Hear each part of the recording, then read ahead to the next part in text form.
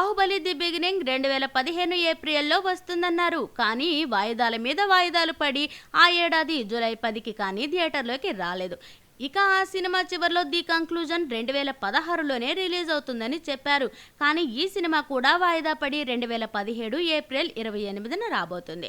అయితే రెండో పార్టుకు సంబంధించి మళ్ళీ డేట్లు మార్చకుండా ఈ ఏడాది ఏప్రిల్లో అని చెప్పి అదే నెలలో రిలీజ్ చేయబోతున్నారు. ఈ విషయంలో రాజమౌళి సహా అందరం చాలా జాగ్రత్త పడ్డామని అంటున్నాడు ప్రభాస్. ఈ సినిమాను ఇంకోసారి వాయిదా వేస్తే ప్రేక్షకులు క్షమించరని, అందుకే ఎట్టి పరిస్థితుల్లోనూ సినిమా వాయిదా పడకుండా చూసుకోవాలి ని తాను రాజమౌళిని హెచ్చరించినట్లుగా ప్రభాస్ తెలిపాడు. ఫస్ట్ పార్ట్ మళ్ళీ వాయిదా పడినా జనాలు సర్దుకుపోయారు. అయితే రెండో పార్ట్ విషయంలో అలా వాయిదాలు వేస్తే కష్టం. నిజానికి ఈ చిత్రాన్ని మొదలుపెట్టిన 6 నెలల్లో రిలీజ్ చేయాలన్నది మా ప్లాన్. కానీ రకరకాల కారణాల వల్ల ఆలస్యమైంది.